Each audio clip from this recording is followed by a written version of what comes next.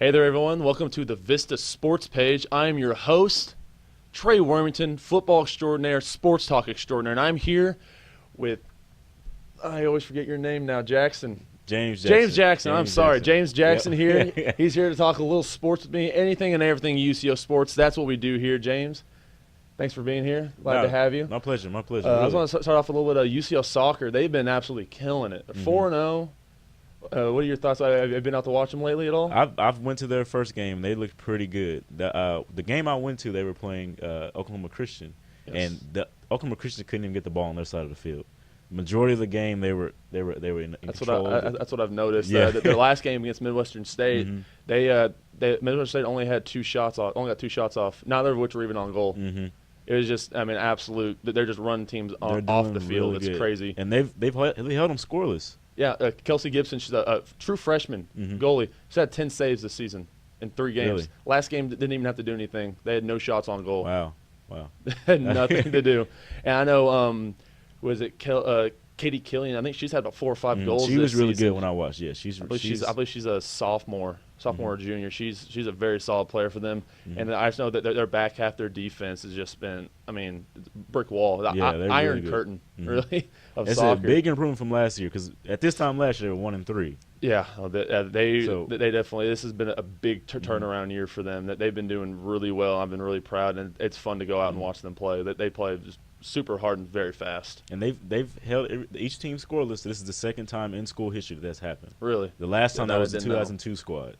Wow. So it's really impressive what they're doing. Well, I remember. It was about 3 or 4 years ago. They were a solid squad. They weren't holding teams scoreless, but they were beating teams 3-1, 2-1, 2-0. But I haven't seen a team since I've been here. My 5th year here now. I haven't seen a team just this dominant, just straight dominating teams. I think it's not even fair. They're really good. Yeah. And volleyball's doing good. They're always good. Volleyball's always good. I got a lot of good friends on the volleyball team actually, and I love going out to the games. They're exciting. They're fun to watch. They play with great energy, and they're 12-2 right now. They just came back from Fort Smith, Arkansas Fort Smith. That they swept them, not surprisingly. They're always Taylor Bevis is a freak. Yeah. Oh my gosh. She's leading that team.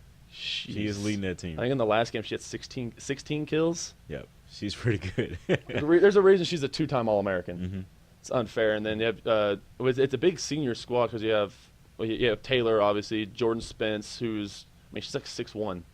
She's freakishly tall. Yeah. Great girl. I love her to death. So tall. And you have Karen Chrisman, she was a transfer last year from Oral Roberts. She's also a senior. She led the team when they were in a tournament down in Tarleton. She led the team when they had lost 2 straight.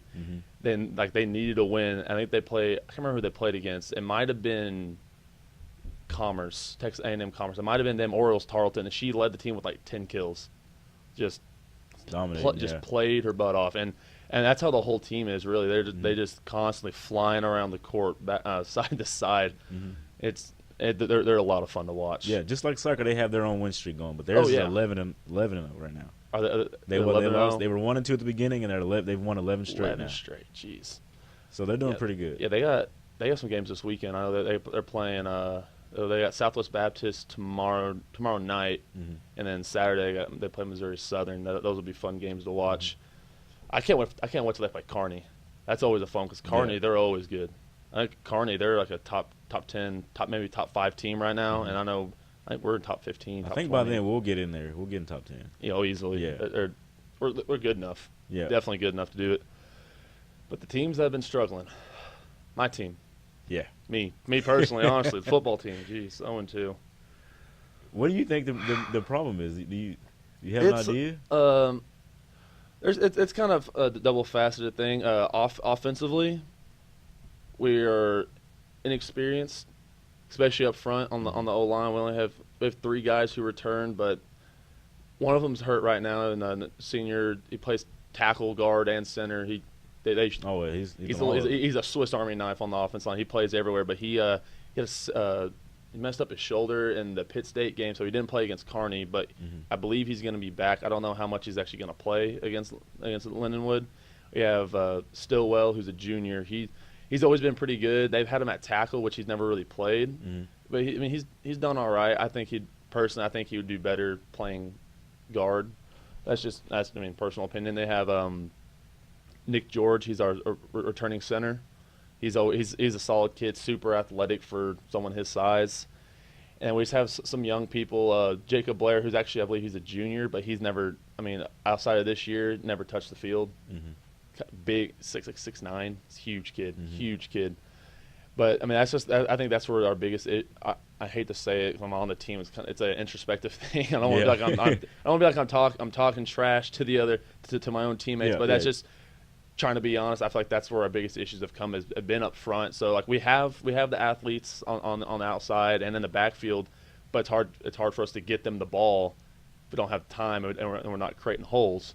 And then defensively, I think it's our own ego. I think we're getting in our own way. We think, oh, we have Alex Figueroa. He's possibly league bound. We have scouts constantly coming to see him. He's a big name in MIAA. We have Justin Stewart, who's another guy who's got scouts that are constantly, hey, what's Justin Stewart like? Is he good? Is he going to be a guy?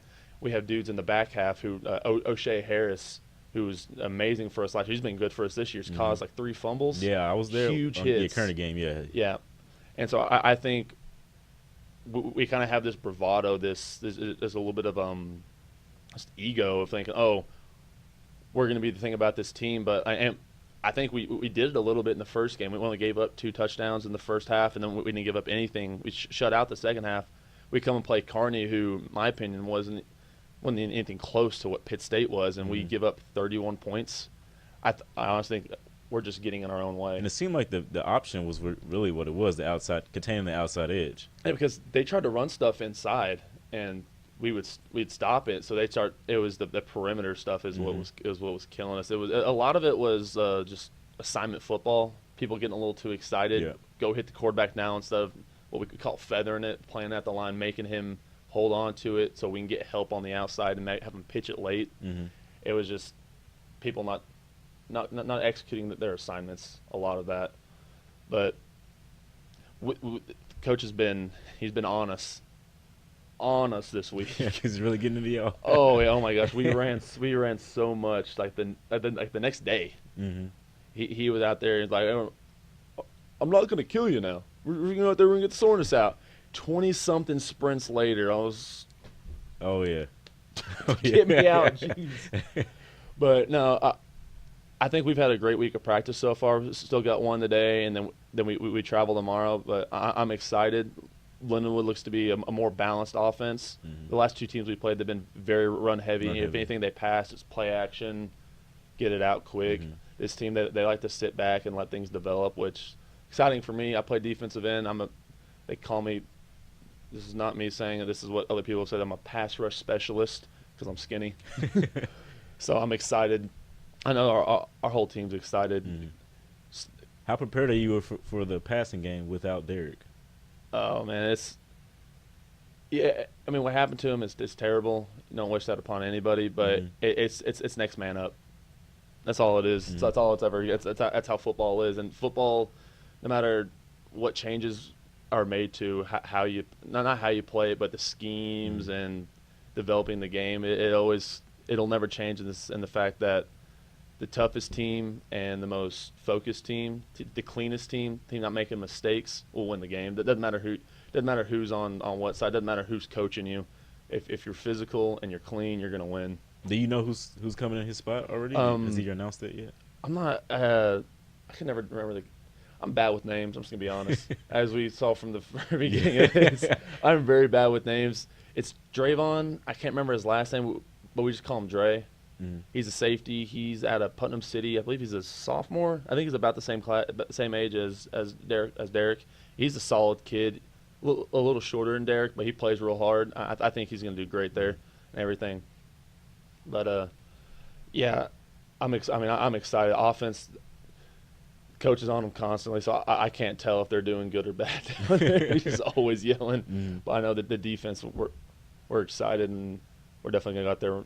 We're going to play for Derek for sure. So I'm just super excited about this game. Only thing I'm not excited about is the 9.5-hour drive. Oh yeah.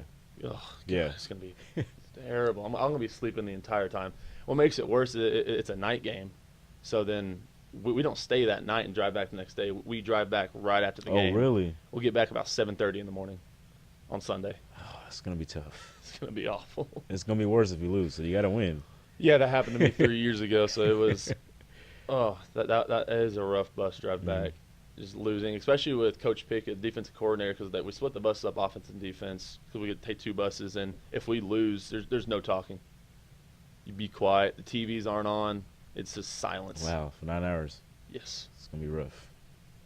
Very. Well, thank you, James. This has been awesome. This is the first show for the sports page. And before we go, I just wanted to say, everyone watching, one of the we talked about a little bit, Derek Loxton. He's one of the defensive backs here at UCO. A good friend of mine, a teammate.